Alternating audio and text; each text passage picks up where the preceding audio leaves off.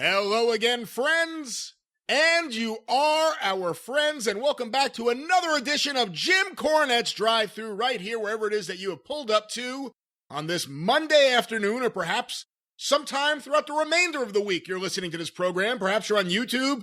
Who knows? But we know that you are here, you are in the door, and you want to hear your questions answered. No, wait a minute. What? That was a fine introduction. You can't. How can they be in the door when the whole concept of the show is it's a drive-through? You've just double negated yourself. Start over again. No. What happens if the drive-through fucks up? You have to park your car, you have to march in there and say, hey, I said no cheese on this fucking burger.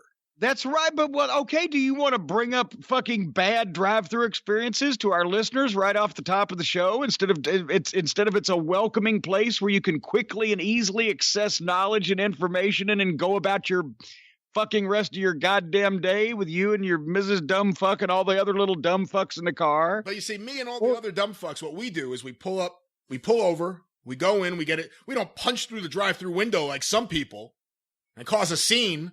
They didn't want to give me my change. Anyway, that's neither here nor there. But the point is, you want to make this a good experience where people can fly right through instead of parking and stopping and going in and saying, hey, change my order. You didn't answer my question right. I asked the question about General Homer Odell, and you gave me Flying Fred Curry. I don't know where you pulled that from, but speaking of good experiences, we hope it'll be better this week. Finish the intro. I'm your host, the great Brian Last, and the man who just can't get over how beautiful these introductions are. The man who will be answering your questions, which are sent in a number of ways, a number of times, to CornyDriveThru@gmail.com or on Twitter using the hashtag CornyDriveThru. Mr. Popularity, Jim Cornette. Mr. Warmth. Mr. Warmth. I don't want to appear to come off as testy or short-tempered here as we approach the holiday season and on the opening of the drive-thru, but I believe I mentioned to you that I'm on the verge of a complete mental and physical breakdown. Otherwise than that, I'm in perfect health. But just the complete mental and physical breakdown, the shutdown of my various internal organs from fatigue and tension, the utter turmoil that is the life of Jim Cornette and the holiday season as the president, CEO, and chief bottle washer of Cornette's Collectibles.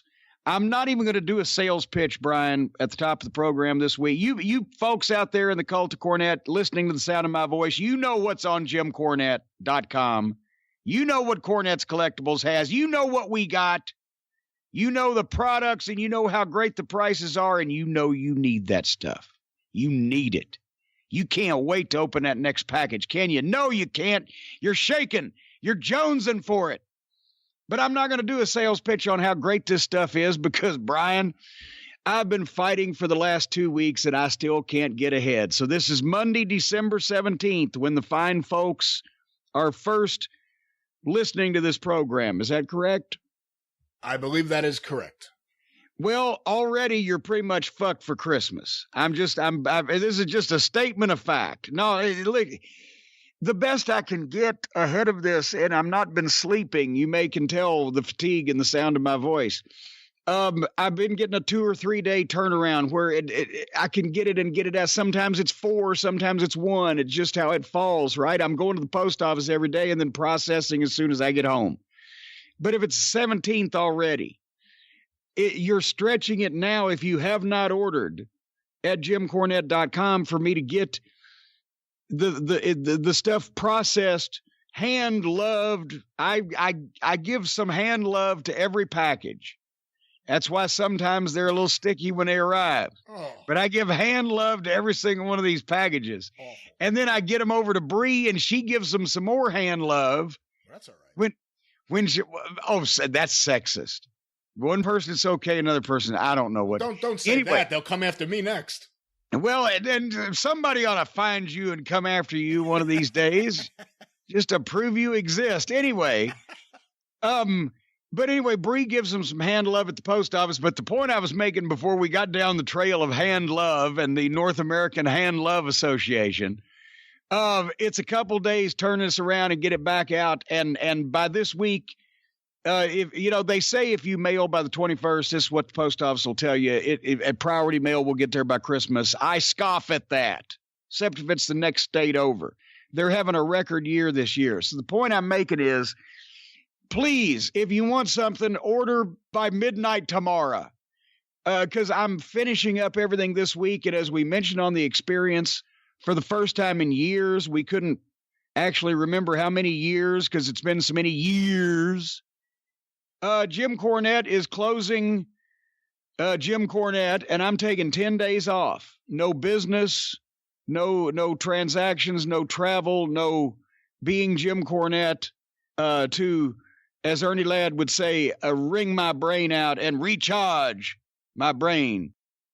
And that will start on December 21st. So anyway, if you want to order something and try to get it by Christmas, next day or so, folks, and then I will be shipping through December 21st, and then we will accept orders at jimcornette.com because I'm not taking the whole goddamn site down.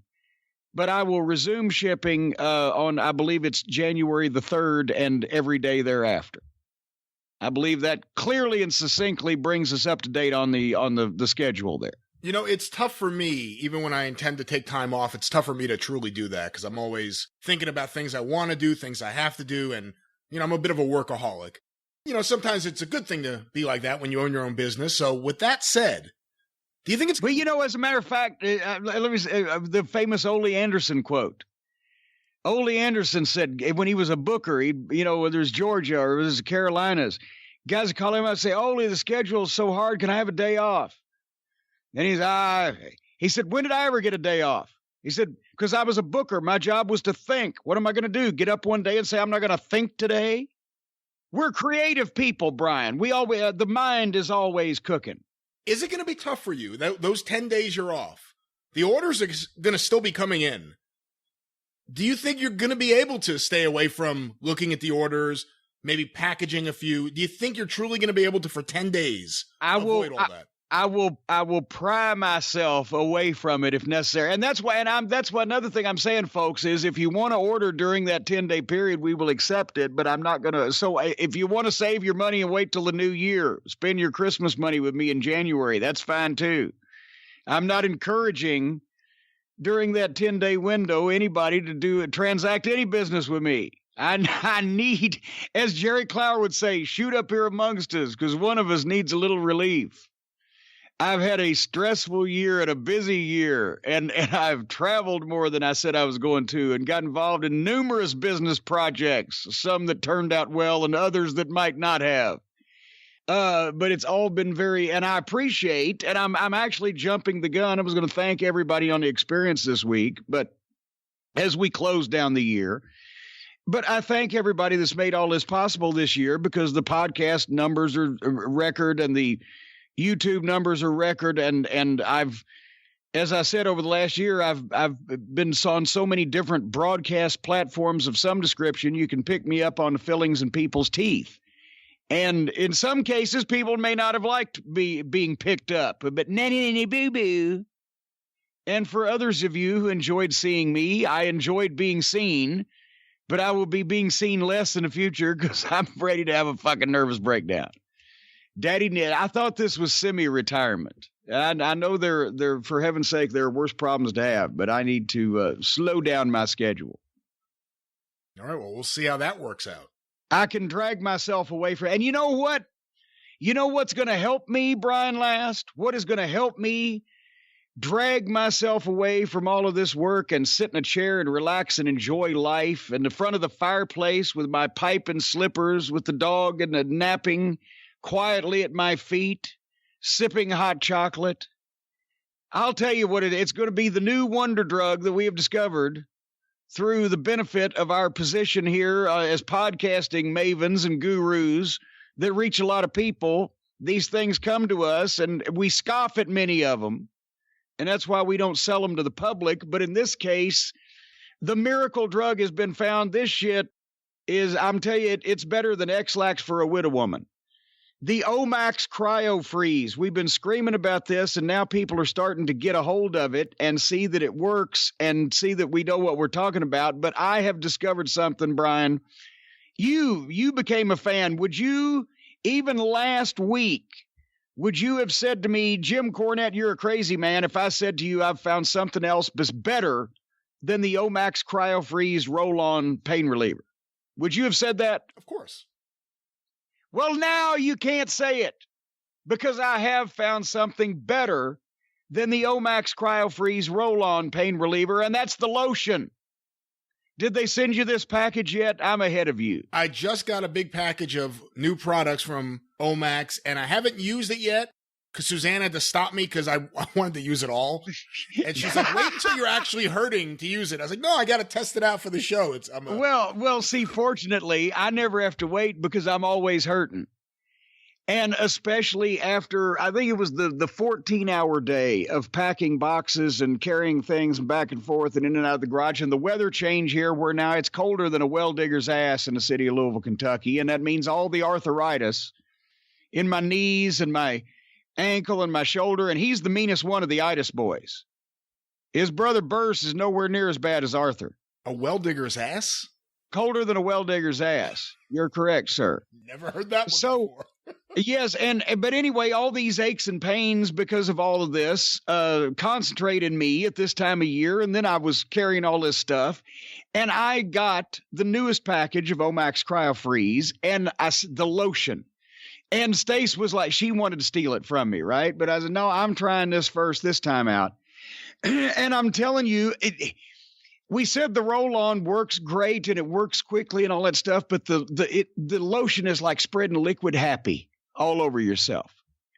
And she just, because my back and my hip, the one I had physical therapy on, all the finishes I've taken, et cetera, boy, she just splooged a big bunch of that lotion right on my back and my hip and rubbed it, and instantly it's icy hot, but it's not. It doesn't have that greasiness and it doesn't stink down the road like icy hot, but it has the menthol.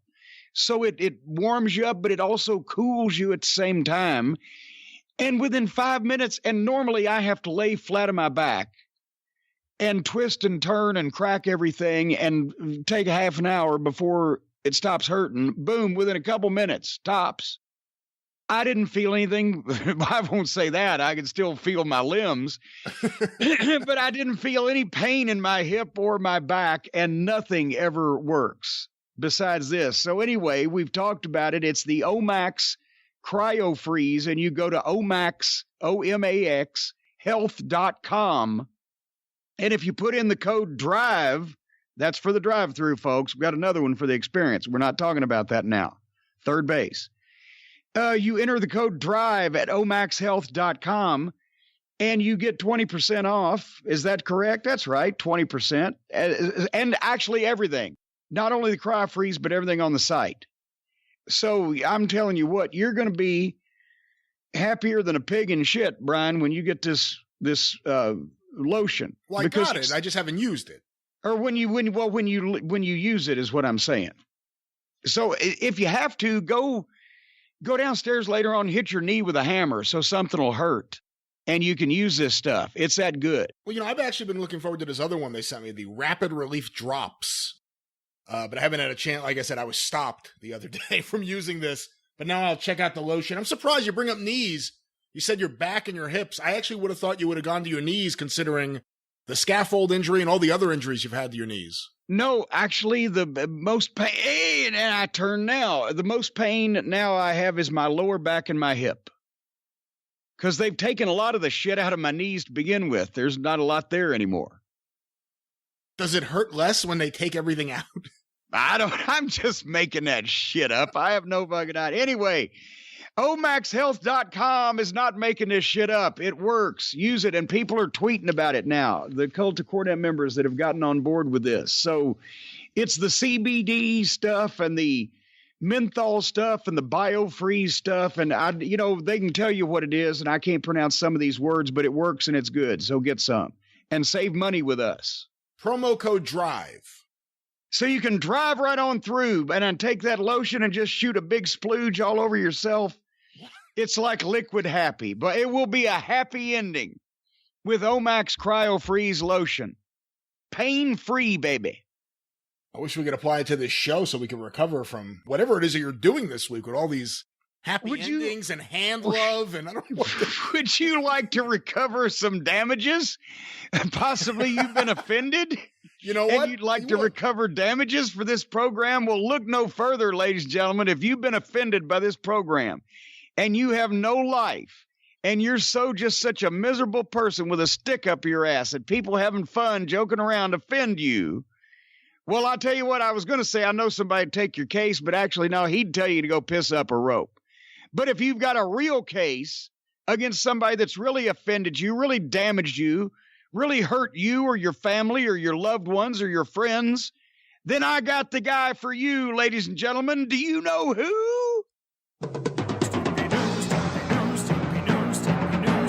Call Stephen P. News.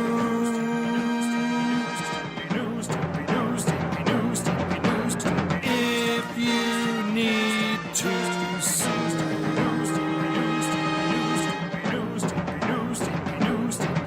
An outlaw mud show or two. He'll sue the rest. That's right, ladies and gentlemen, and he's got the best set of jazz hands on TNT.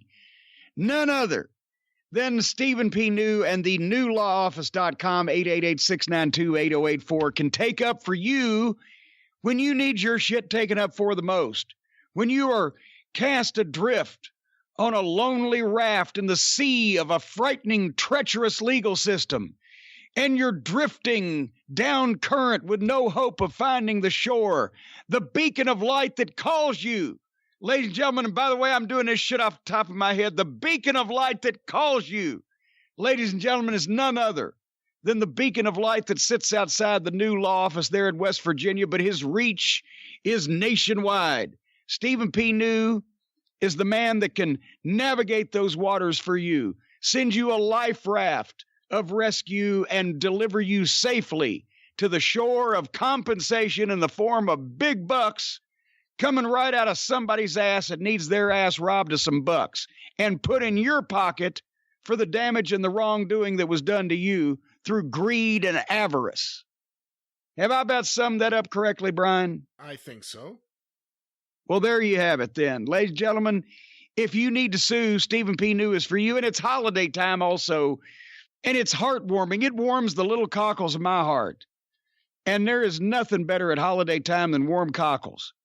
To see Stephen in the news over there in West Virginia helping out the food banks and the food drives for the hungry at the holidays, and he's fixed up many of the opioid addicted babies. I think he and Mother Teresa are going to tag team on poverty soon. As soon as he gets finished fixing up the rest of West Virginia, Stephen P. New he's a man for all seasons. He could be nominated for sainthood. You have the Nobel Peace Prize. He's just that wholesome and honorable and humble and lovable. 888-692-8084. Just ask for the guy that's humble and lovable. Or newlawoffice.com. And I can't believe that. I'd love to find out what his budget is for shipping, because I've seen so many people on Twitter requesting shirts, and every time he's like, just send me your t-shirt size and address. You got it.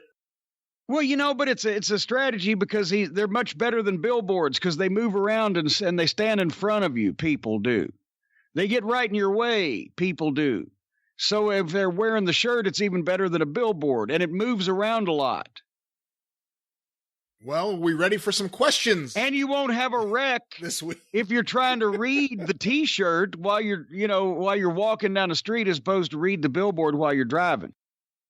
That's a good way to look at it. I'm sure that went into the strategy he developed, I should say. He's always thinking about them strategies. That's right. He's very strategic. I have a couple of pieces of viewer mail, by the way. Oh, well, why don't we start with that? Just because I figure it might set the tone.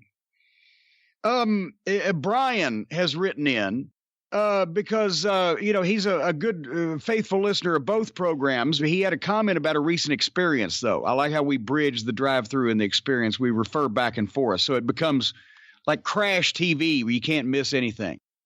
But Brian writes, "Hello, Jim. On your latest episode of The Experience, you said something to the effect of watching All Elite Wrestling is like pulling out your pubic hairs one at a time with tweezers. I do remember making some remark of that description, but Brian goes on to say, I just wanted to let you know that I have OCD. And one of my compulsions is indeed pulling out my pubes one at a time with tweezers. I do it for hours at a time, and it sucks dick, frankly, because I feel completely stuck even though I'm aware of what I'm doing. I wanted you to know that I found your joke hilarious, even though you're wrong. I would much rather pull my pubes out for 2 hours than watch All Elite Wrestling.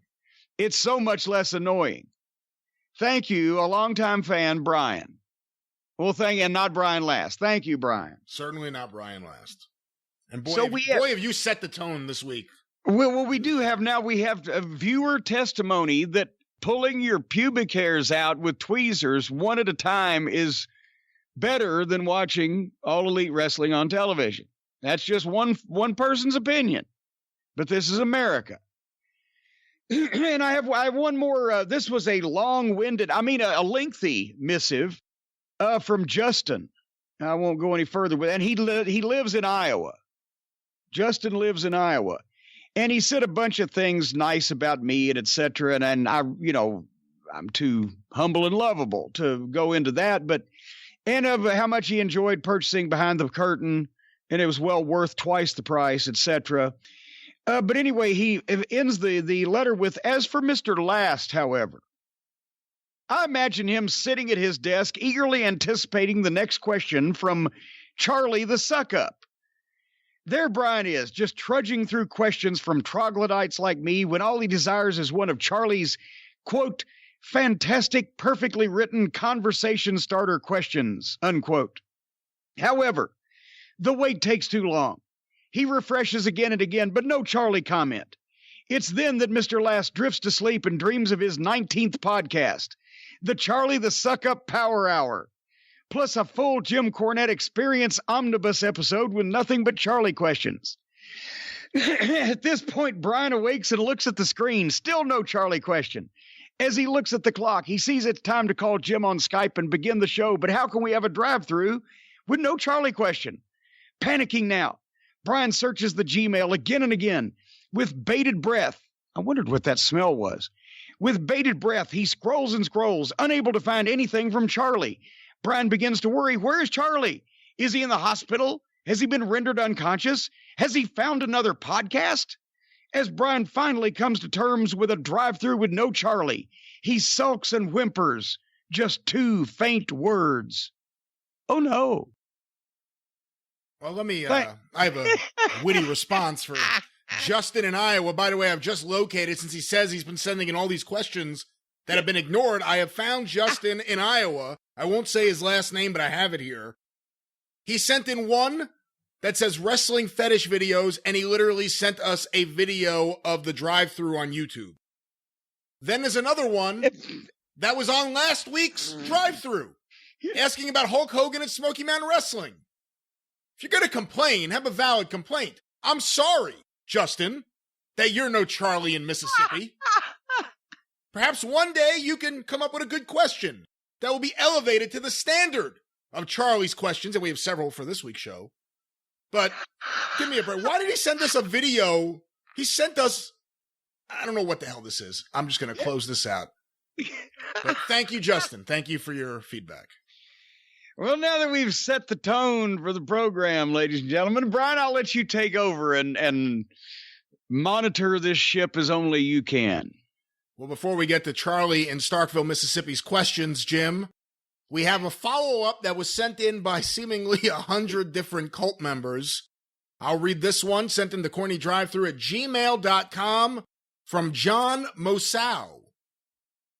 You said, well, this is to clarify who you said the couldn't sell pussy on a troop train comment about. Oh, okay. You said it about Medusa when you were talking about her putting the WWF women's belt in the garbage can on WCW Nitro. I believe it was said at a Denny's after a Raw taping, and I went back and checked. This was indeed the famous incident where Jerry Lawler called the guy who worked there over by saying, "Hey, fuckface." Okay. No, that wasn't even after a Raw taping. It was after a Dennis Coraluzzo All-Star Spectacular. That's what it was. Well, I believe the story was it was after a taping, but you were with Dennis and a couple other people. Well, all right. Well, okay. I remember Dennis was there and Lawler was there, et cetera. But yeah, you're right. Newark, Delaware. They say Newark funny in Delaware. I don't know what's the matter with these people in Delaware. Do they really pronounce it Newark? Newark, Delaware. That's the way many people there pronounce it. I've heard it numerous of times. I did not know that. Well, you ought to fucking get your head out of Charlie's ass in Mississippi and see the world. Anyway. See the world in Delaware? Yeah, all right. But that was in relation, I guess, to her drawing power as far as the WWF women's title in the garbage or whatever. But yeah, I still like Medusa. Where did Jim? And I like her better than Lawler liked Fuckface the waiter. Who, by the way, it's not like Lawler just goes around calling everybody fuckface. He hadn't done that in years. That used to be a standard greeting. Hey, fuckface, how you doing? No, I'm kidding. But no, the guy was knocking wrestling. It was till we heard he's talking, that's all that fake stuff. And that's when Lawler caught that out of the corner of his ear and said, hey, you, come here. Yeah, you, fuckface. What'd you say? And the guy's fucking expression went from hero to zero in the fucking 0.97 of a second. What town in Delaware did Jim Kettner run in? I don't remember. That was, I think there's only two towns, Newark and Wilmington, right? Which was Jimmy in Wilmington? Maybe. Where are the Briscoes from? Oh, well, they're from Sandy Fork, but that's not really a town as much as a state of mind. Well, no, also, if you get a map and you care this much, folks, you will see that, unbelievably enough, when you think of Maryland and Delaware, you think of Baltimore, the Northeast, and you think of Delaware like Wilmington and big banking center. And by the way, Delaware, reason why all the credit card companies, a lot of the big banks are located in Delaware, even though it's about as big as a hiccup, is because guess who? The original Chase of Chase Bank, and all of the big bankers settled in Delaware and fucking worked the gimmick there with the local state laws, 150 years ago. But anyway, I digress. Where was I going with this? That's a great question. What was the question? Jim Kettner. Jim Kettner. But before that was something else. Medusa couldn't sell pussy. No, after that, after Jim Kettner. I don't know the thing with Delaware, I don't know where I was going. Delaware, nevertheless, is a very tiny, small place. Yeah. All right. Well, let's see if we can pick up this show. Our next question was sent in by Christian Bravo to CornyDriveThru@gmail.com. What do you think of Batista and the NWO going into the WWE Hall of Fame? Okay. That's it? No thought? I mean, Batista, forget about the NWO. Obviously, you had hands-on development with Batista. I guess hands-on development would be the right way of putting it. There was no hand love given. No. I'm fine with, either one of them going in the Hall of Fame. As far as Batista was a Hall of Famer of the modern era for the WWE, and the NWO, unfortunately, it was a Hall of Fame level for WCW, especially during the Attitude Era, and they ran that horse until it dropped. As far as, once again with Batista, did we train a Hall of Fame wrestler, or did we train a guy that had a 5-year career and then moved on to the movies? You could say the same thing about The Rock in terms of the length of career and moved on to the movies, but he'd set fucking attendance records and goddamn revolutionized shit. I don't know if Dave got that far. But yeah, especially since they ain't making a lot of new ones, and they have a limited number of legends left. When everybody starts getting inducted like 2 or 3 times, though, don't you think it starts getting the edge taken off? And I mean, I know there's the Rock and Roll Hall of Fame fucking precedent as a single and as part of a group. And so some guys, get in 3 times, and then bless old Ricky Medlock, at least he's in, right? But that's one of the things that's bothered me about the Observer Hall of Fame, is that Ricky Steamboat's in, and because of that, Steamboat and Youngblood don't get on the ballot. You know, Stan Lane is in as a member of the Midnight Express. The Fabulous Ones couldn't get on the ballot because Stan Lane's already, I don't know if that's the only reason why, but I've heard Dave specifically say that, you know, that's why, Terry Gordy is in as one of the Freebirds, not in as a single. But the Steamboat Youngblood one is the one I've always thought about because I think they're a Hall of Fame tag team. Well, and then again, if the Rock and Roll Hall of Fame is doing this, there's not a comparable analogy to other sports because the whole New York Yankees don't go in, right? Or the whole team or whatever, or a specific unit. It's individuals in a sport. But since in this case, wrestling has more in common with rock and roll than it does sport, why didn't Uncle Dave change his fucking methods to reflect the other wrestling Hall of Fames rather than trying to stick to the fucking sports Hall of Fames? If we're going to be going this far, he's the guy that won't shoot fucking pockets down in public for fear of hurting his little bitty fee ones. So why wouldn't he at least loosen up the restrictions on the Hall of Fame to be more rock and roll like? But do you think something like let's use Terry Gordy as the example. He's in as a member of the Freebirds, and rightly so. But do you think someone like that should also be in as a singles wrestler, considering what he did as a single in, let's say, the UWF and specifically in Japan? And of course, him and Dr. Death Steve Williams, a great tag team in Japan. They're in, Dr. Death is in, I believe, as a singles wrestler. Terry Gordy is in as a member of the Freebirds, but they're not in as a team. Well, but see, I look at it actually from the other direction. At least Terry Gordy's in the Hall of Fame, right? But the what you mentioned, if Steamboat's in as a singles, that means Youngblood can never get in because he wasn't a Hall of Famer on his own, and Stan's in as far as the Midnight Express. So that means that Steve Kern can never get in, even though the Fabs were a revolutionary tag team. Steve Kern wasn't a Hall of Famer on his own. So I feel more sorry for the guys that will never get in any other way. And like, well, what the fuck, even if they were part of a, like, I got a good one for you. Fucking Miguel Perez is in. Well, yeah. He's not in, is he? What? No, he's in because isn't he in? I know Rocca's in. And I thought Rocca and Perez weren't Rocca. Well, okay, then there you go. They can call it the Miguel Perez rule. How can a guy be half, and we know the circumstances, but how can a guy be half of the biggest drawing tag team at the box office in the history of wrestling and not be able to get in the Hall of Fame? See, I mean, the argument would be that it was all Rocca. Well, it was, but still then, you could extend that argument down a slippery slope, and where would it go? Did, so-and-so really deserve it, or was it all his partner? Blah, blah, blah. Come on. When you first got Batista... Hey, just come on. When you first got Batista in OVW, obviously you made him Leviathan. How far did you think he would go? Did you think he would be someone who would be a long-term big star in the business? I'm sure you weren't thinking Hall of Fame, but did you think he would be at that level of being a Hall of Famer when you first got him? Well, in a way, yes. Remember, we've told the story, but we have so many new listeners. I saw him. He was not young at that time.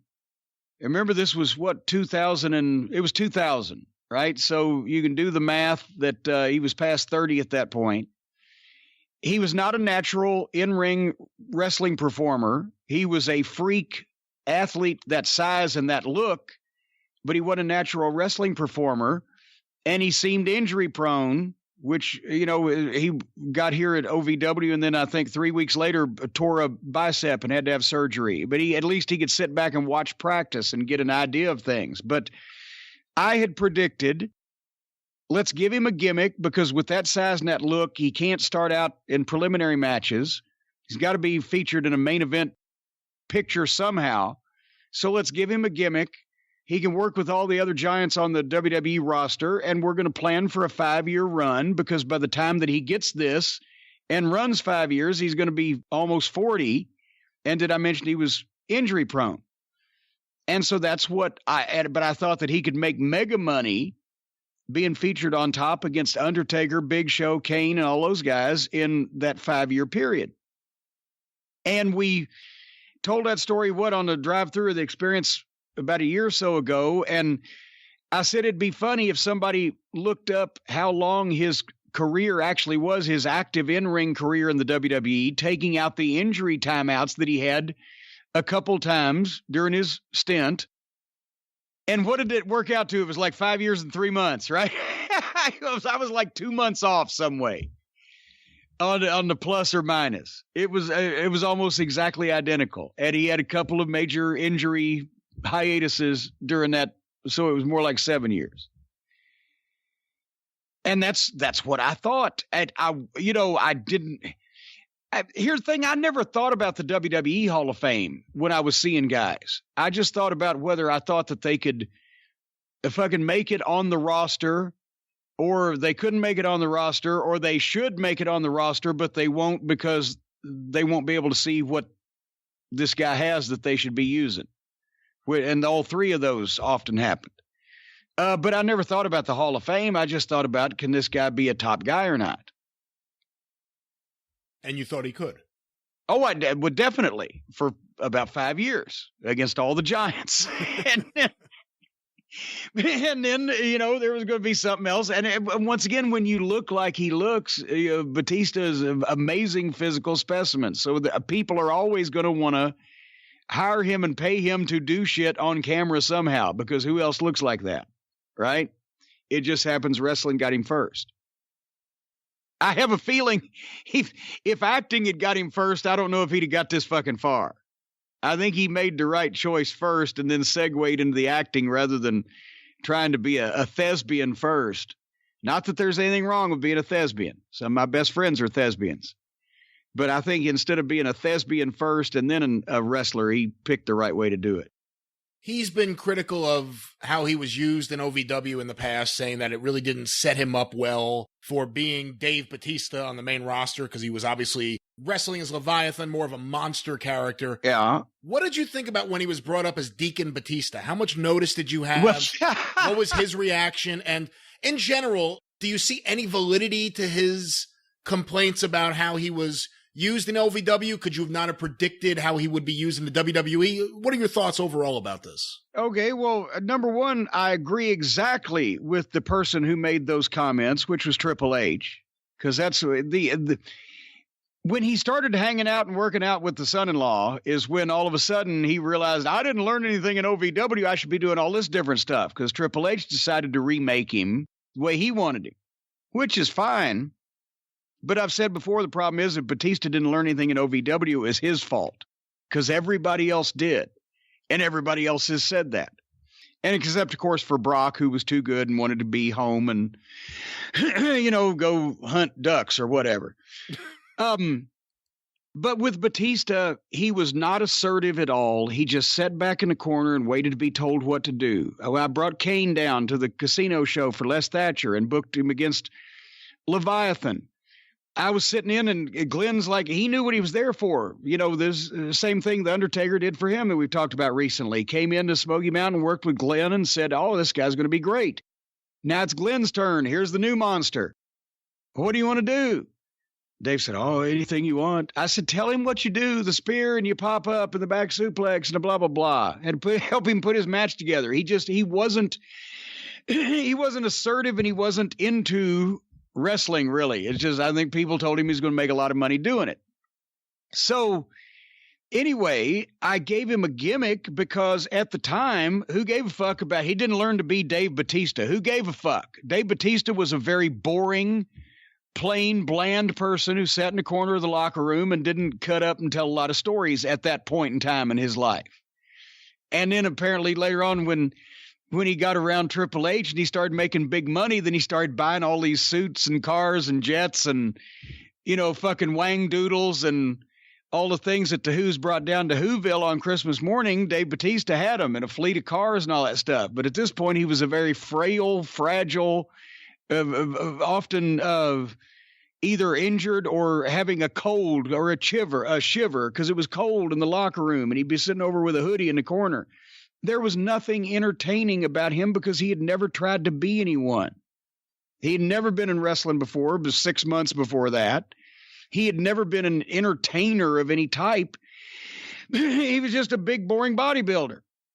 So we gave him a gimmick that he could compete with against Kane and Undertaker and Big Show and et cetera, et cetera.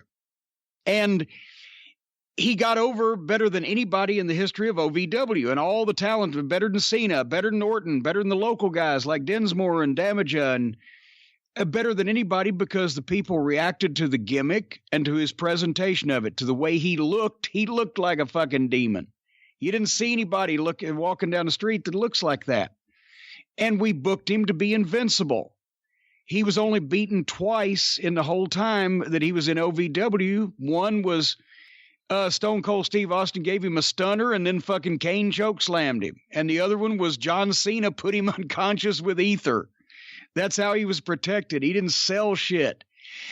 And then they bring him up, and because the creative had to redo everything, and they didn't know what the fuck to do, because on his own, he was not going to pitch anything. He was not going to present himself in any way. He was going to show up and do what they told him to do. So they made him Deacon fucking Batista, carrying Devon Dudley's box around when he was taking, God, this is so convoluted. When he was taking contributions because he was a Deacon Devon or Preacher Devon or whatever the fuck. The point is he was made a flunky with a box around his neck and a fucking suit jacket on to cover up his goddamn body. And it was the same thing as they almost did with Glenn Jacobs. They were on the verge of firing him because what the fuck, he wasn't that good a worker at that point. He could do his athletic things, but mentally he had not learned to work like everybody else in OVW that paid attention and studied and applied themselves. So he could do all the moves, but he was bleh. And the demon persona, Leviathan, is what gave him some oomph, because he had a crew around him, and he had the booker protecting him, and he had all the guys bumping off of him, and everybody putting him over. When you took that support net away, he was a guy with a box around his neck, and he was blunt. But then he starts working out with Triple H, because once again, the bodybuilding McMahon extended family, these guys are going to get a lot of shots. And they said, okay, look at the way he looks. Let's figure out who could he be. And they come up with the beast or the animal or whatever the fuck he was. And about that time, when he started making some money, as I said, he became what Arn Anderson said when Nikita Koloff went from fucking not cashing his paychecks and living on baked potatoes and saving all his money when he first came to Crockett from Minnesota. And 2 years later, he's fucking buying custom-made suits and these fucking alligator shoes. Arn Anderson said, you went from cue ball to GQ ball. All of a sudden, Batista goes and becomes GQ ball, and he's a star, and he's wearing the sunglasses, and now he's halfway interesting, but he's got the most interesting goddamn group of people in the world around him, including Ric Flair, right? So they got him through 7 years, 5 on the active roster, doing that.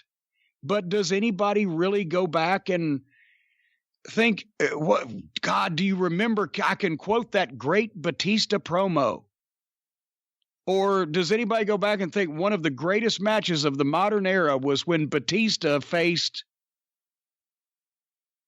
It was all about the look. I just gave him a more interesting gimmick. Right or wrong? Well, I actually became a fan of Batista as he got. Once he got to a point where he was comfortable, or at least it seemed like he was, and then more of the personality started coming out. Well, then he actually got more personality, because he didn't even have that personality before. It wasn't there to come out. But no, I'm not saying he was a pile of shit. I'm saying he was going to get over because of the way he looked.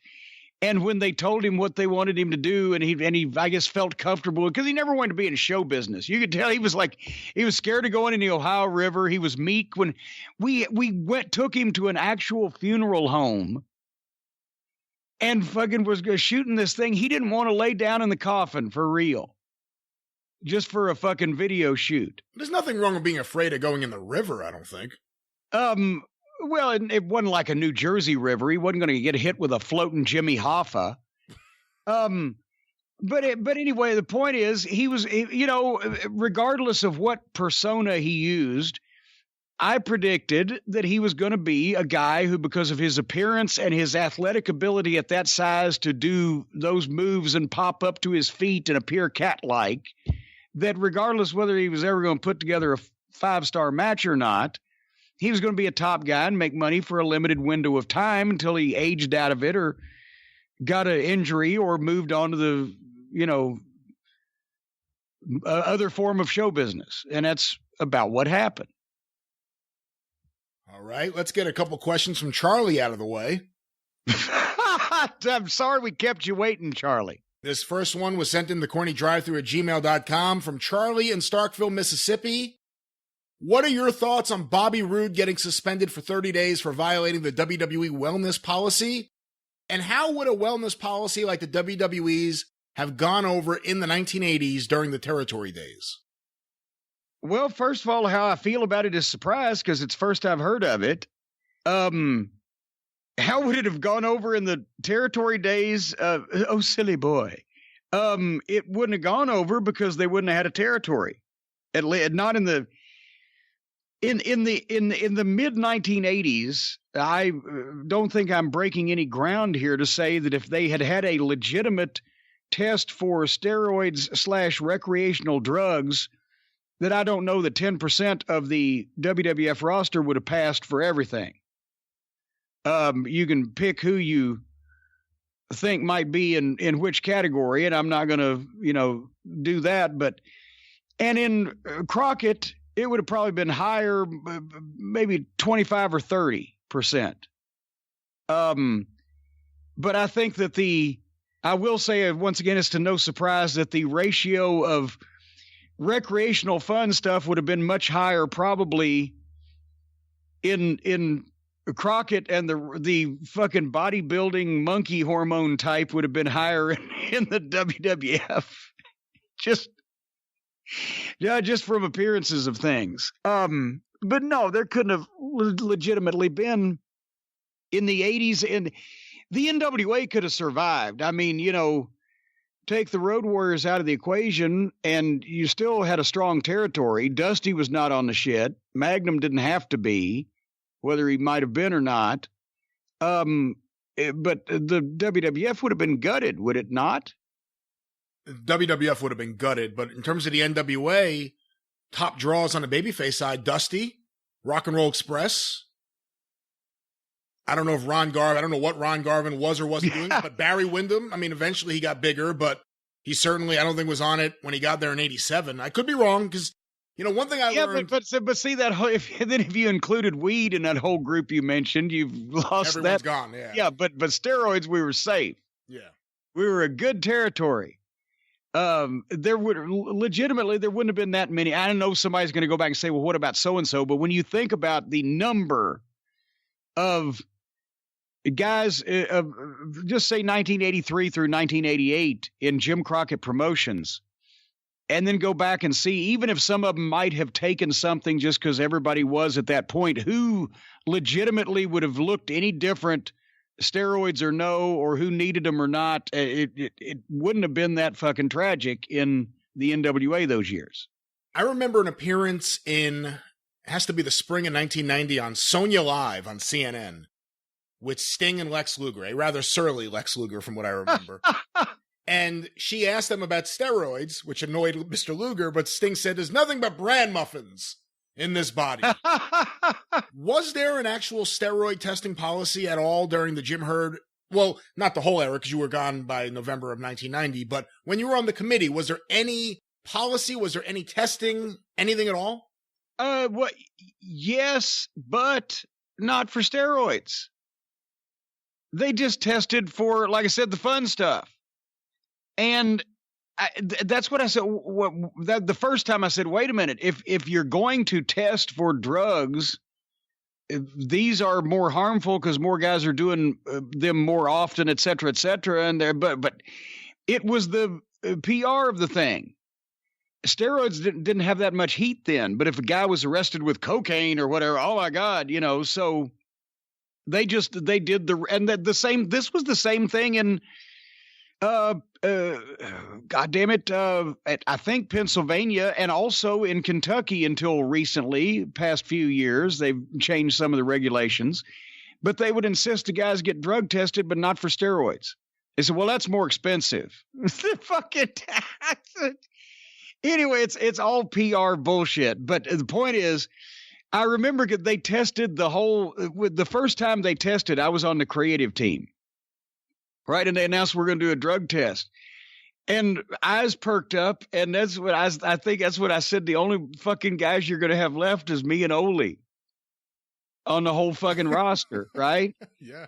And so, but they said, no, we're not testing for steroids. But they also, I can reveal this now. I don't think it's slander of the dead. The only guy a bunch of guys flunked for marijuana. I think that was basically it. A few guys they may have had a closed door discussion with about something else. But Tom Zink flunked for marijuana spectacularly. It was his level, whatever the fuck, was so high that Barnett said, "Do you think we should call him in and have a talk with him?" I said, I don't think he'd remember if you did. But anyway, that was and nobody really had a problem back then. And then also, I said, the same thing I've said to some of the athletic committee, you're not testing for alcohol. The guys are abusing alcohol, but, you're not testing for that. But anyway, it does not make sense. But no, there was no testing program anywhere until WWF got the heat over the steroid trials. And that's how that started. Back to the question, what are your thoughts about Bobby Roode getting flagged for this? I haven't heard of anybody getting flagged for a violation from the WWE in quite some time. Have you? This is the first one I've heard of in quite some time. Does Bobby have any heat? I'm not suggesting there's a conspiracy theory, but the tainted supplement thing that's in the headlines of UFC and MMA fighters all the time. I would assume with Bobby, it's something related to bodybuilding. He looks great. He doesn't have any bad habits that I'm aware of. So, but who knows? When they haven't had anybody fail in a while, and suddenly they're not really featuring Bobby that strongly these days. So who knows? Maybe they're attempting to set up a case. I think Bobby needs to call Stephen P. New. 888-692-8084. Get on that, Bobby. And by the way, if you're in the business and you call and it's a referral from Jim Cornette, we know a guy over there. You can get a professional discount. Let's get another question here from Charlie in Starkville, Mississippi. In a recent interview, Chris Jericho said he had a backstage meeting about the sloppiness of the AEW tag team division. He said he specifically pointed out the Lucha Brothers for not following basic tag team rules. What are your thoughts on Jericho calling out the Lucha Brothers? And do you think this is a sign of growing frustration with Jericho and AEW in general? Well, do we know he did this for a fact, or is this just a rumor? He said that he did. I believe he said that. Okay, from his own lips came this admission. Okay. Well, I don't say it's calling out the Lucha Brother like, we're going to meet you at the OK Corral at midnight, partner. You better have your guns ready to slap leather. I think it's, hey, you guys are the most egregious example of this because you're trying to do Lucha, which is, stuff like that is not as important south of the border. But you guys are the most egregious example of this. If you're going to work an American promotion in America, tag. But all the guys are doing, but they see, that's the thing is the biggest stars in wrestling now are not the people that the fans like. It's the people that the other boys like. When you think about it, those are the ones that are getting pushed because they tickle all the other boys, and everybody wants to be like the Lucha Brothers, which, and the Young Bucks, which by necessity, just from those two teams means you're going to do a lot of meaningless fucking flipping around in spots to each other, cooperating with each other without tagging or following the format of what you're doing. sort of like a basketball game where suddenly they decided that both teams can score at both baskets at both ends of the court, and it's just a goddamn free-for-all.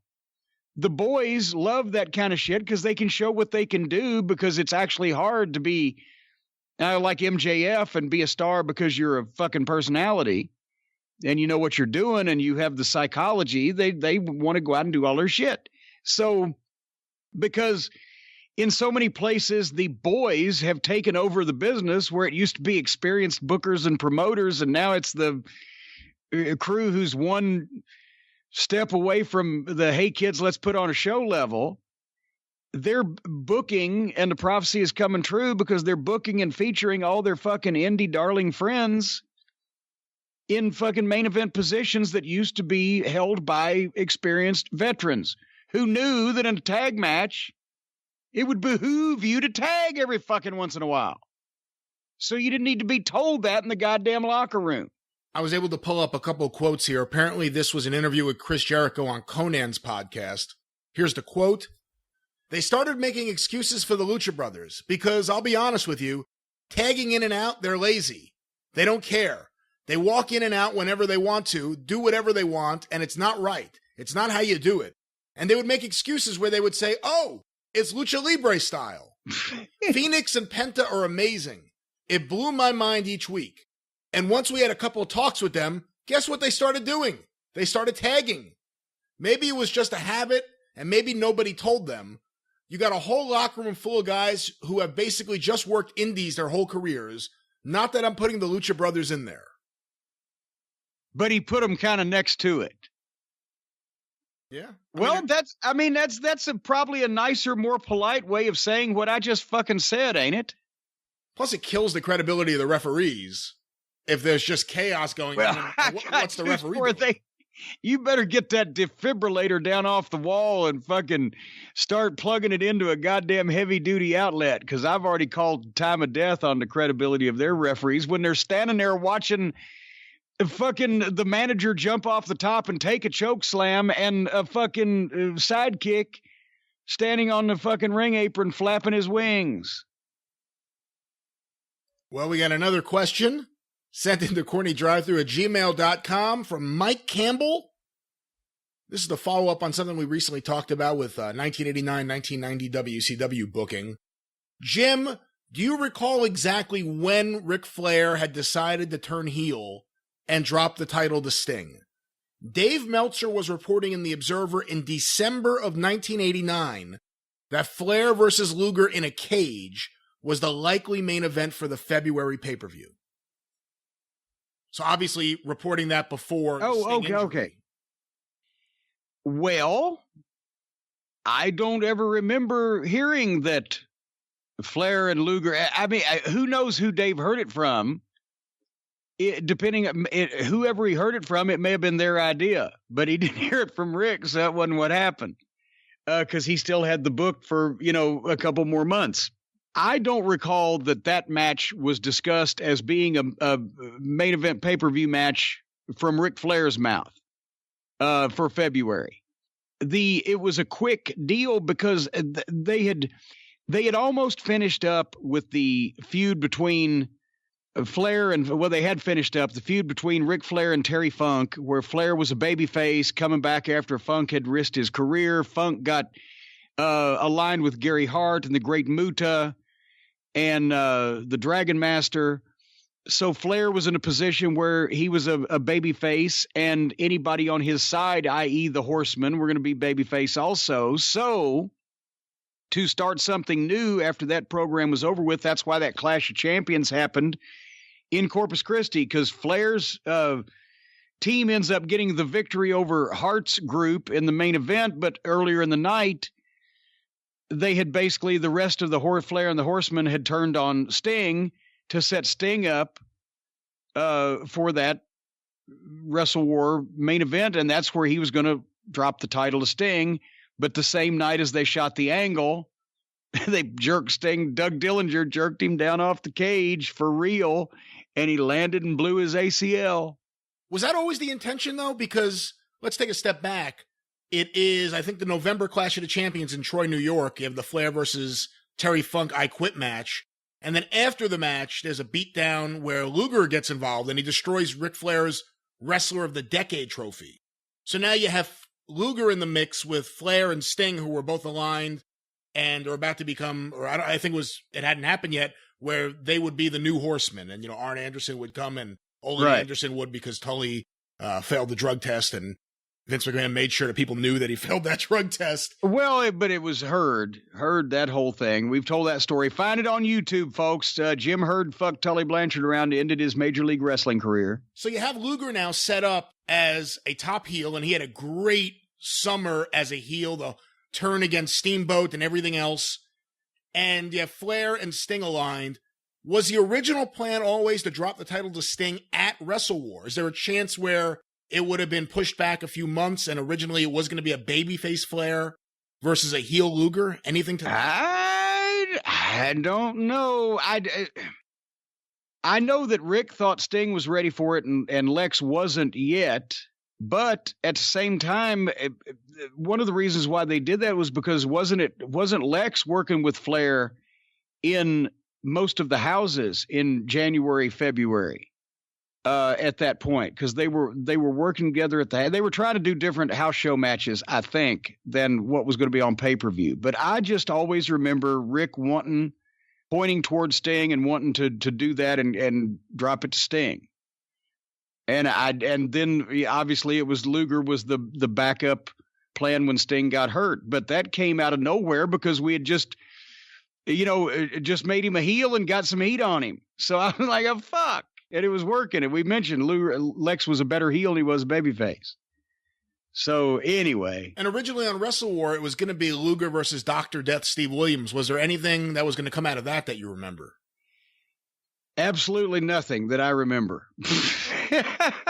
Did you know that you guys were going to pretty much lose Dr. Death because of Japan? That because he was always going to Japan, but his commitments became more and more, obviously. We knew from the time Doc came in summer of '89, and Gordy was the same way, that Japan was a priority.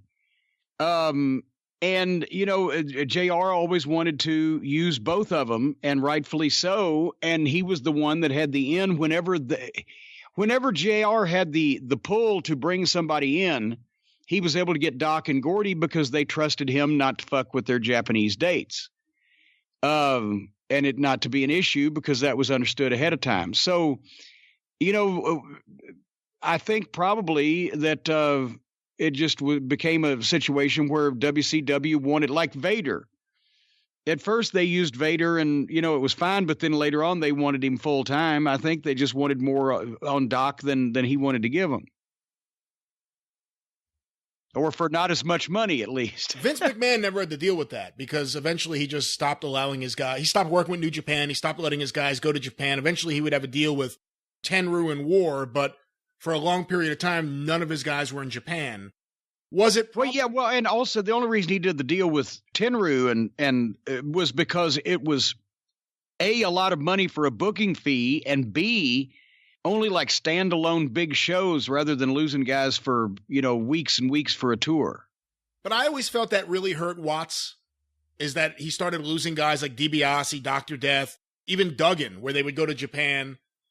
Was it problematic for you guys in the NWA in 1989 because you have Terry Gordy, Steve Williams, the Road Warriors? I mean, they were making major money for Giant Baba. Did it bother you as a booker?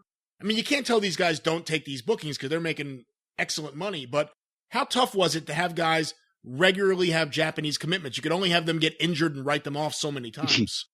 Well, with the Warriors, I always thought it was a plus because it was like having Andre on every show, especially at that point in time, because they had been on every show for several years at that point. I always thought, it's better to use than not to hurt them. We were the first ones, the Midnight Express, before Starrcade 86, were the first ones to actually do an injury angle with the Warriors. Before, they had just gone away and gone to Japan. Nobody ever hurt them.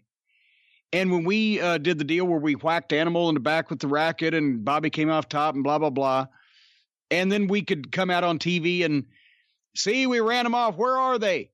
The first time ever somebody's put the Road Warriors out of business, right? Shh, be very quiet. I'm hunting warriors. All that shit. That meant something But if you'd have done it every time, then after the next time or two, it wouldn't have meant anything, because how often can you injure the Road Warriors? So I think it was just, I always liked it better that the Warriors would take a time off if you planned ahead, which the Japanese dates were. They take time off and you just don't have to feature them, but you don't have to tell people they're in the fucking hospital. And it's more attractive when they come back. With Gordy, when he was a member of the Freebirds, it was tougher because that was a 3-man band and people wanted to see him. With Doc, it wasn't as tough because when we were Babyfaces, me and the Midnight, that's where we kind of aligned ourselves with Doc that summer so I could do his promos for him. But we didn't need him. He wasn't intricate with us. We had the run of 6-man tags, but when he went to Japan, he just wasn't on the card. With Gordy was probably Gordy could, if he was there with the Freebirds all the time, Hayes and Garvin, that version of the Freebirds may have gotten over because he was the thing, right? It just with just Michael and Jimmy, it was just a Freebird ripoff team. I know because they loved hanging around each other so much that, they have elevated it in lore that Jimmy fit right in and was a legitimate Freebird. But no, it was the shits when they were doing it, and it didn't get over because it wasn't the Freebirds. It drove me crazy as a 10-year-old watching that you had all these great tag teams. Well, you were one of those kids anyway. Well, you had all these great tag teams, and the Freebirds were the world tag team champions, and it wasn't Terry Gordy. I didn't get to see much Terry Gordy back then. It was Hayes and Garvin, and pointing at each other, and it wasn't good. They danced around like a 70s rock and roll tribute band in 1989, and it just but that's who they at the time they were able to convince Herd. The booking committee was, well, the Freebirds getting back together. Freebirds were a big deal. They were new. Barnett was there to say, oh, yes, the Freebirds drew a ton of money for me. And JR was behind Gordy. And, Michael insinuates himself into the office in a wonderful fashion. What are you trying to say? Well, they tried to recreate the 1979 through 82 Freebirds. But it did not work because it wasn't that time. They didn't have Buddy, and they were too much parody of rock stars. And then when Michael started quoting the Aerosmith, the late 80s Steven Tyler lyrics instead of the fucking Ronnie Van Zant Freebird classics, I know, okay, this is over. This is over. That was when you knew it was over. Yeah. Girl, before I met you, I was Fine fine. No, you weren't. All right, well. Let's get another question here. This was sent in to CornyDriveThru@gmail.com from Anthony Del Cello. In a recent interview, former WWE creative team member Jimmy Jacobs recounted how Vince McMahon once almost fired one of his writers for not knocking on his office door before coming in with a scripted promo that Vince had requested. Jacobs stated that, quote, "You are always one weird interaction with Vince away from losing your job." My question is, did Vince react in the same way if you or anybody else in the 90s would enter his office without knocking? If not, what the hell has happened to Vince? Does he secretly despise modern members of his creative team? I keep hearing all these stories that Vince is so touchy and he just snaps off in an instant. I never saw that Vince. He would snap off, but it wasn't just willy-nilly and, over something like that. Under the normal course of things, people knocked on his door, but at the same time, if it was me or Bruce or JR or something, we left our stuff in there. We just gone to piss. We come back in because we've been in there before. But I never knew Vince, at least in my periphery, to be that fucking touchy and ready to snap at people. If he saw something he didn't like or wanted done over, he might be snippy or snappy, but it wasn't just like some guy bumbles in the back door and he's the Mr. McMahon character instantly to the guy. I didn't see that. But maybe Vince is the kind of guy, he even said this one time in a magazine interview. He was quoted as saying, "I believe when I die, I will die a very miserable, unfulfilled man because there's so many more things I want to do." That's why he never fucking stops working. He never quits, whatever. And maybe now he's just crankier and snippier because he knows he's 20 years shorter of time to do all that shit he ain't got time to do. And he's like, oh, you motherfucker, you're fucking taking up my time. I don't know. But I never had Vince snap at me or anybody that I'm trying to remember for just any just stupid, insignificant thing like your wife at a certain time of the month or whatever. He wasn't that snippy. How was his memory back then? Seemed to be pretty good also. Everybody gets older and gets a little forgetful, and he's on the second half of the 70s now. So, that can go also. But it's not like he could sit there and quote, complete results of Madison Square Garden shows for 1966. But, his memory was pretty good when I was around him. Especially if somebody had done something in the past that he was not happy with. He had a good memory for that stuff. Well, let me ask you about that, because there's always been a story, or I shouldn't say a story, but it's always been said that if someone did a shoot interview or someone went out there and talked about something they had a problem with Vince or said something bad about him, that was the guy he wanted to hire back, as opposed to someone like Bobby Heenan, who never said a bad word about Vince, and Vince never brought him back. You mentioned how he would get mad about certain people doing certain things. Did you ever see any signs of that, about him wanting to bring back people who had pissed him off or had said things about him? And if he did for that reason, he never said it out loud. So I never really equate it. Just, that's one of those things where it's not a stereotype, but a rule of thumb that really just kind of becomes true because people say it over and over, because think of all the people that have said bad shit about him and he still hired them back. And that works both ways. I know, yes, they said bad shit and still went back, but they said bad shit and he still hired them back. But it's just like wouldn't you know, it always rains when I get my car washed. Well, wouldn't you know, Vince always hires the ones back that knocked him. Unless somebody prints it out on a piece of paper or holds some video tablet or some type of screen in front of Vince and makes him watch a specific clip or statement or read a transcription of something that ain't very long, I guarantee you Vince McMahon has never seen a comment on a shoot interview in his life of anybody's. Who would be that person that put that in front of him, you think? Well, any stooge wanting to suck up by, taking advantage of somebody else's misery. Or I told him I had to. I've told everybody. I showed him the only clip of ECW television he'd ever seen when he said, "Oh, I guess because Bruce was a fan of that horse shit, and then along came Shit Stain, and the ship was sunk." But for balance, he said, "Well, they want us to work with the ECW." I said, here's what was on ECW TV last night. And I put in that thing with Alfonso and Beulah, where Alfonso was run through a razor blade factory and squirting blood everywhere and all the fucking garbage. And I said, this is what you're wanting to they're wanting you to work with. Just want to make sure we have all sides represented. So anyway, but it depends. Decided to work with them. Yeah, exactly. But anyway, yeah, it depends on which one of the Stooge Patrol is wanting to push which agenda, positive or negative. When you were there, who was the biggest Vince stooge?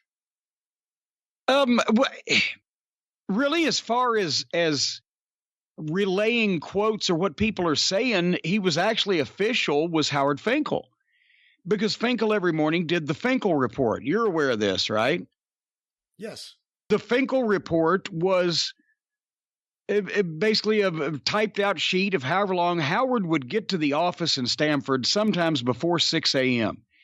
So that, because back then, obviously, there was very little internet, and he started before there was internet, he would call the wrestling hotlines when they still had the phone lines, or he subscribed to all the sheets and the newsletters, and he would transcribe pertinent things or pithy comments about anything that Vince might want to know is being said into what was called the Finkel report. And he'd type it out, and by the time everybody got in at 9 o'clock in the morning, the Finkel report would be in everybody's box, and Vince, if he cared to that day, look at it, kind of like Trump's presidential briefings. he would scan through it, but it was just something circulated with anything that was affecting the WWF or what Vince might want to know about. But I don't think that he particularly gave a shit about anybody's comments as much as just keeping track of the tone of what people were saying about various things. To all the people that say Bruce Pritchard was nothing but an ass kisser, did Bruce in fact kiss his ass more than everyone else? That's probably fair. I think just over the length of time that he was there and the shrinkage of his balls as time went on, and Bruce will say, well, I got fired a couple of times, but Vince only fired him once. Stephanie fired him the other time. And this is a side note, but I've never understood actually going back somewhere when somebody fires you and you think it's going to work out good again. I've never done that. I've gone to the same company with all different people a time or two, but I digress. But anyway, but yeah, JR would stand up to him ever so often, and Pat never kissed his ass. Pat's just so friendly and nice and just cool that, he doesn't get heat with anybody. Russo blatantly kissed ass, but he wasn't there long enough. Bruce went decades of high quality puckering. So I think overall, yeah, probably.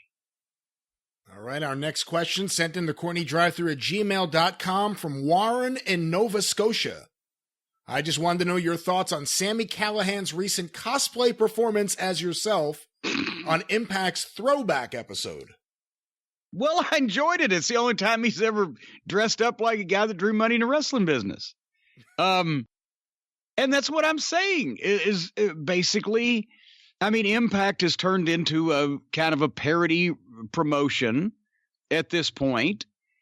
And, they have a few talented individuals and a roster of unknowns, and they're trying to get attention.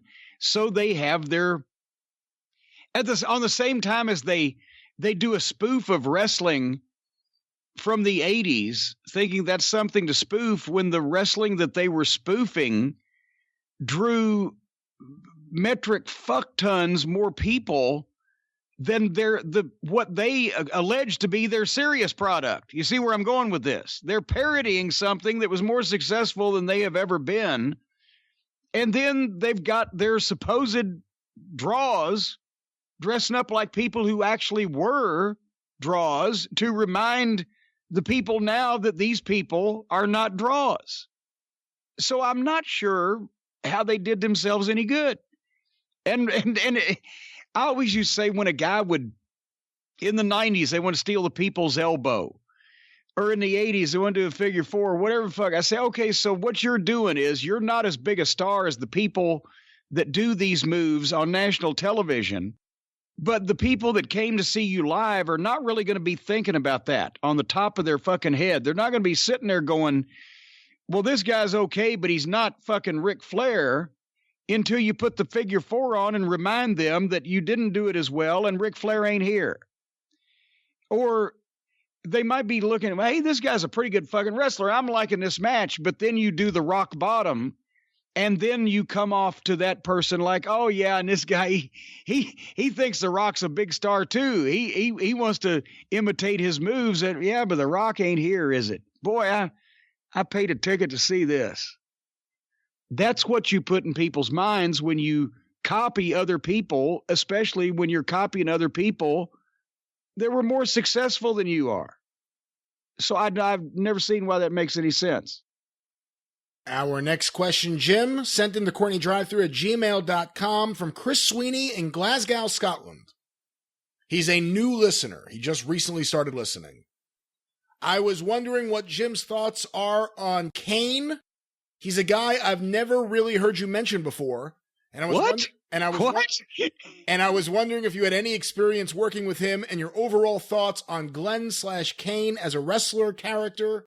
And also, do you think in the current climate of the more realistic NXT, do over-the-top horror characters like Kane have a place in modern wrestling? Thank you for saving that question, because here's what I'm going to do. For all my comments on Glenn and the 25 years that I've known him and all the shows that we have done where we talked and told stories about him, refer them to the YouTube channel, would you, Brian? Of course, the archive is on the Arcadian Vanguard YouTube channel, tinyurl.com/CornyYouTube, or you can go to the official Jim Cornette YouTube channel for current clips, omnibus collections, as well as full episodes. tinyurl.com/official Corny YouTube, or just go to YouTube and search for Jim Cornette. Those are your only two sources for Jim Cornette content from these shows. And we have talked a great deal about Kane in the past, so I know Chris is a new listener.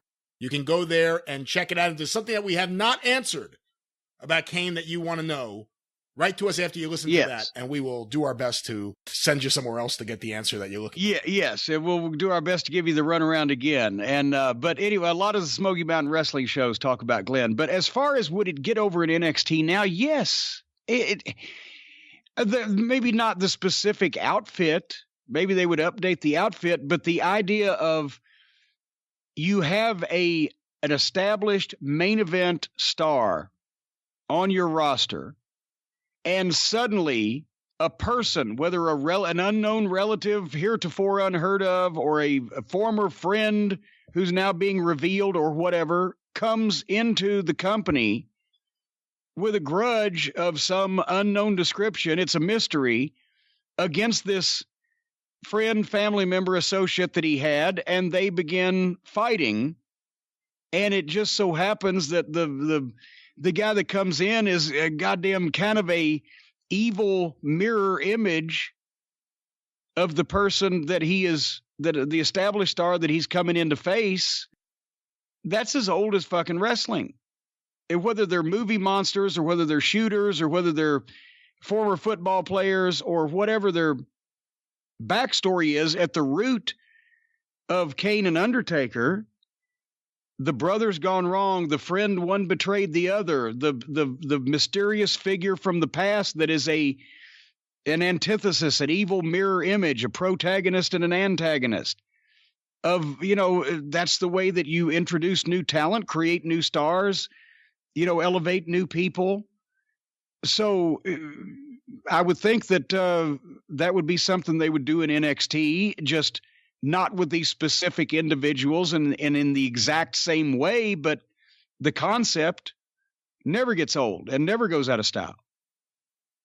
All right, let's get a couple more questions before we get to our song contest. The good part, the song contest.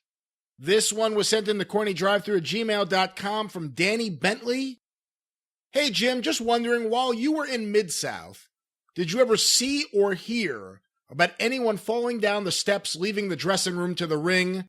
That was a hell of a staircase.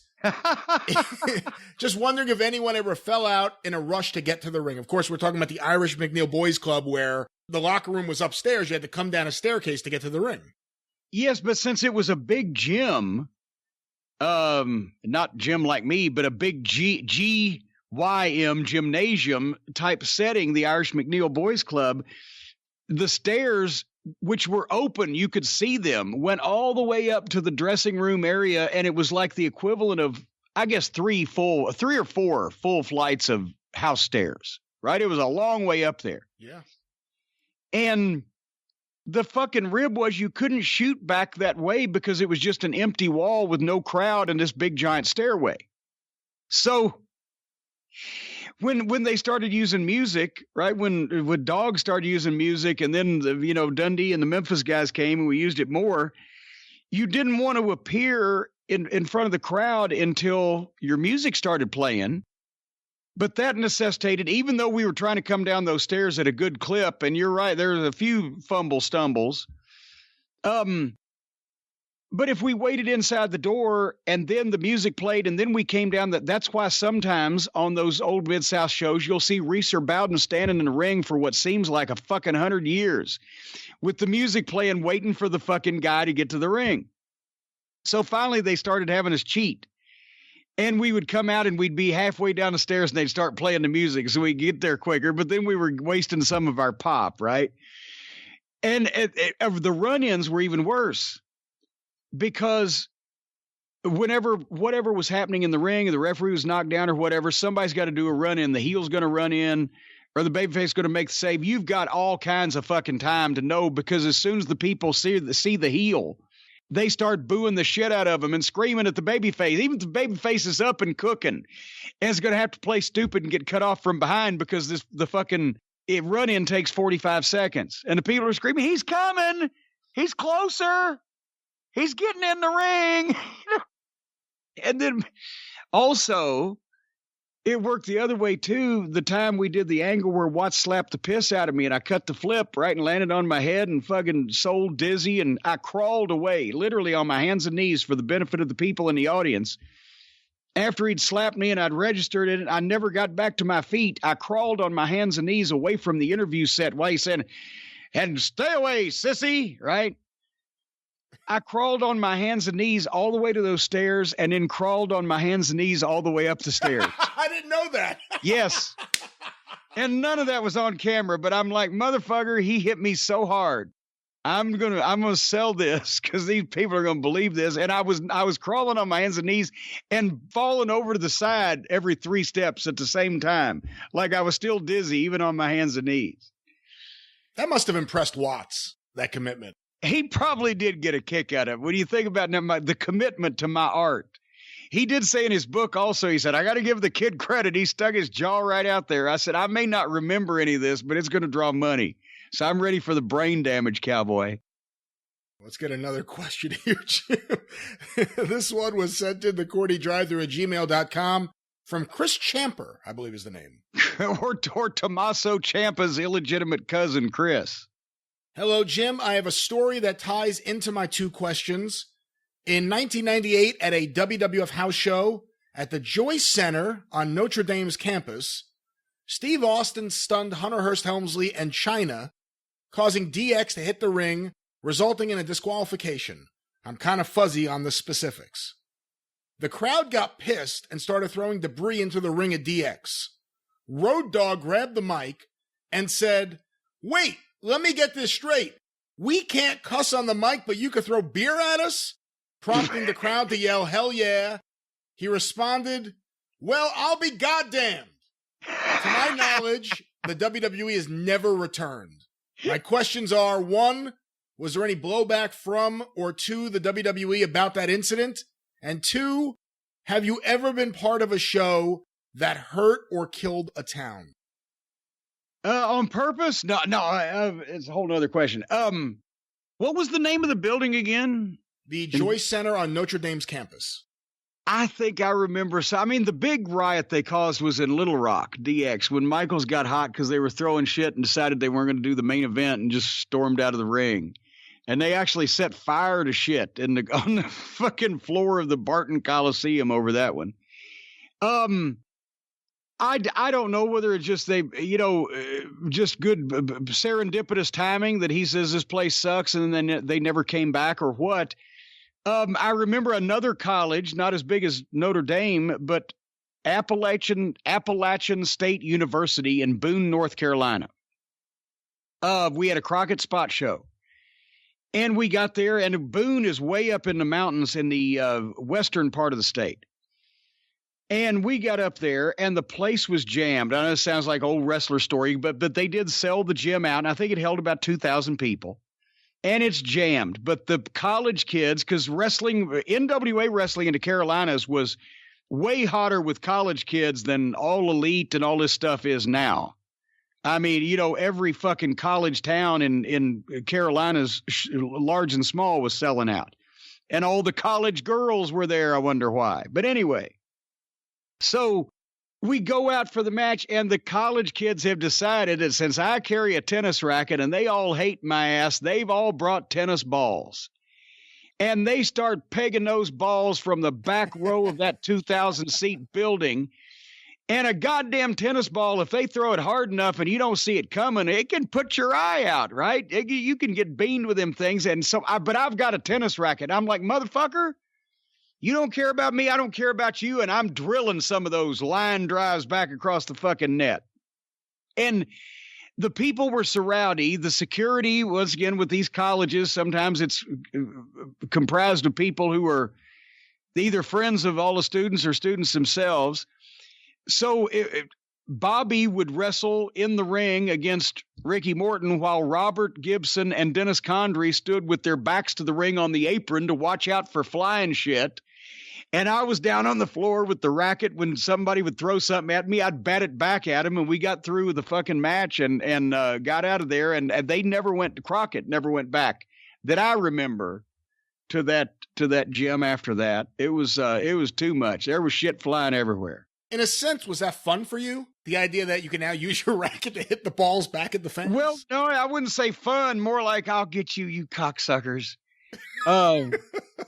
Yeah, no, the fans had a goodly degree of heat with me going into any building in those days to begin with. And that's another thing I have noticed. Today's wrestling fans are gutless and dickless and ballless and so overly offensive or offended and everything. Another thing that's not like wrestlers or wrestling fans were back in the good old days, the modern fans' death threats suck. I've gotten 6 or 8 this past week, and it's all like, well, we're going to find and we know where you live, and I'm going to send my boys out and we're going to kill you and this and that. Just bland bullshit, right?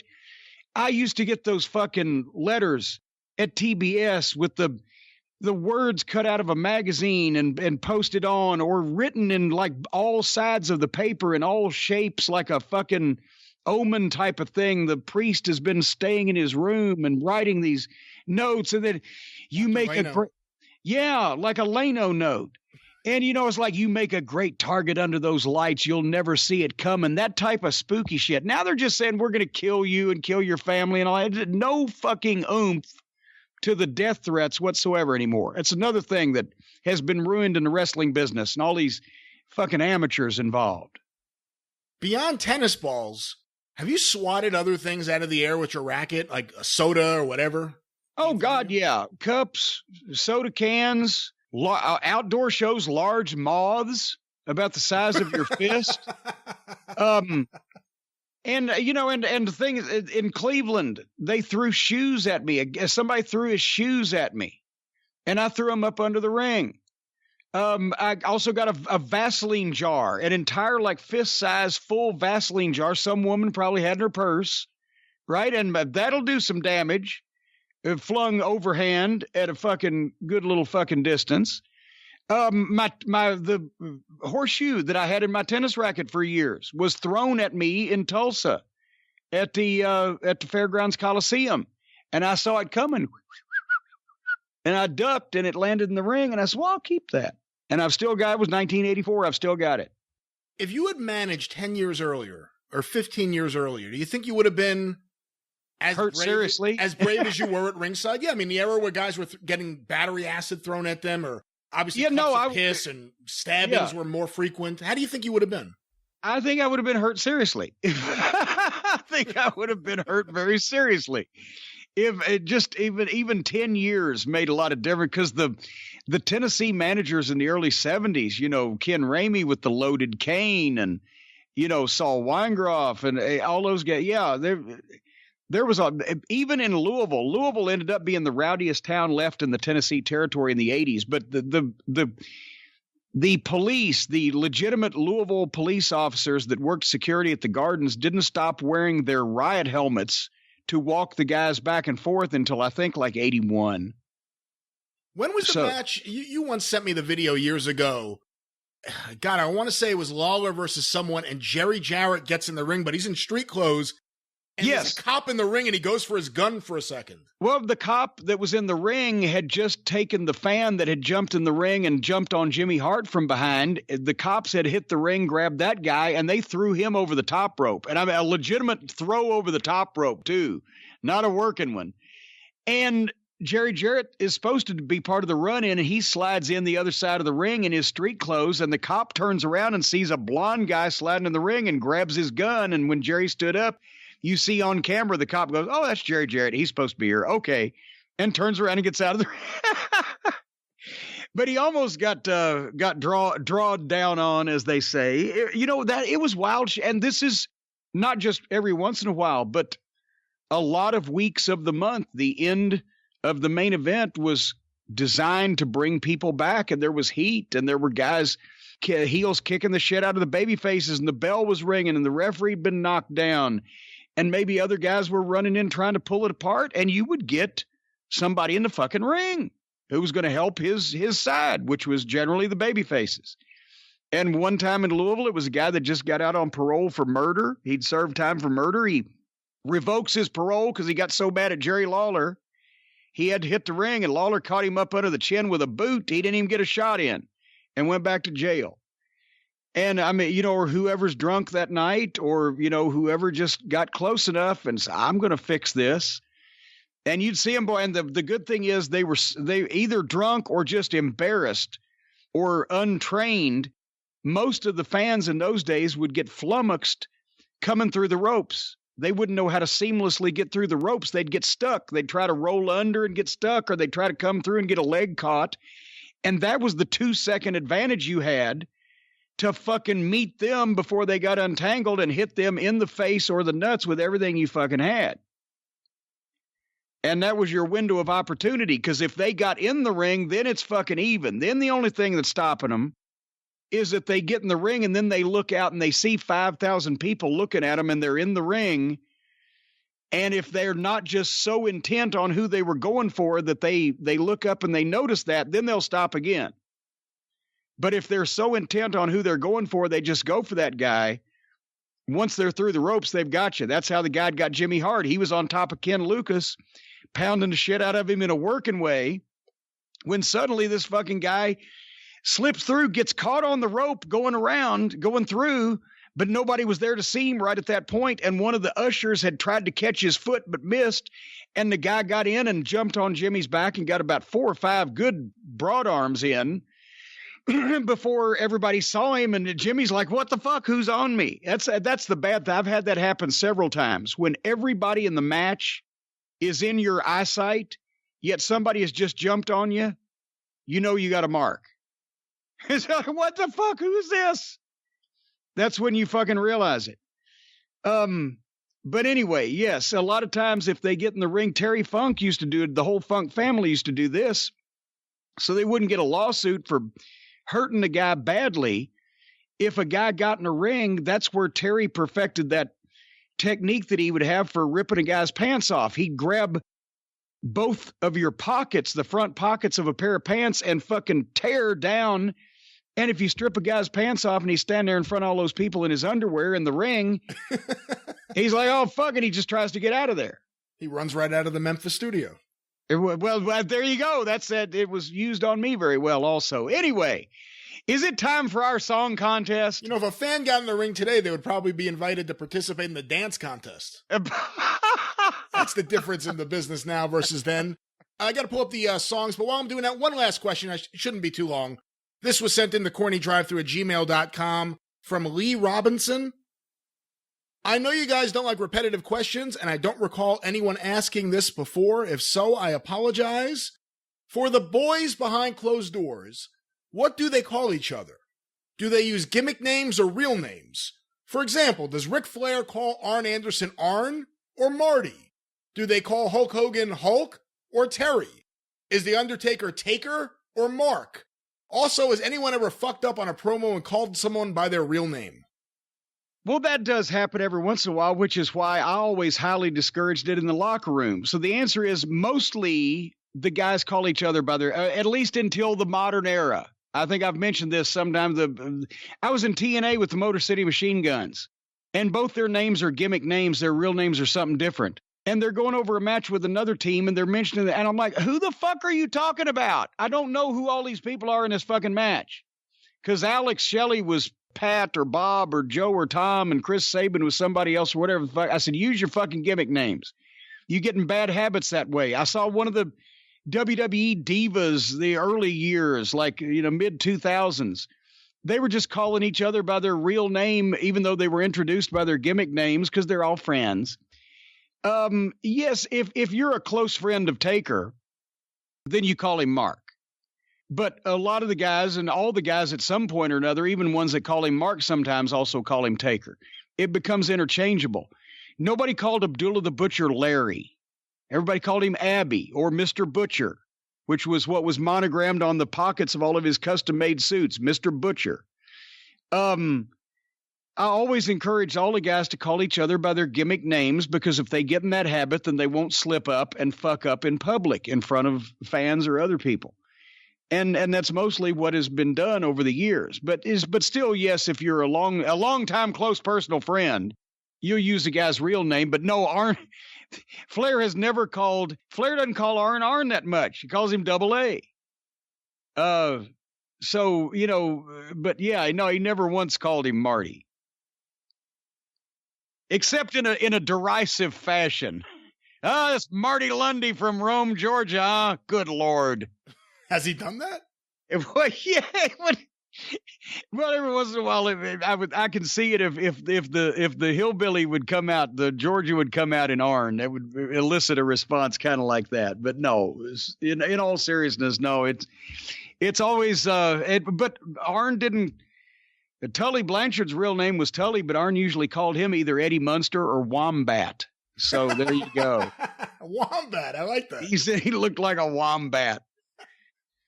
Where's Tully, Arn? I don't know, the wombat's still in the cab.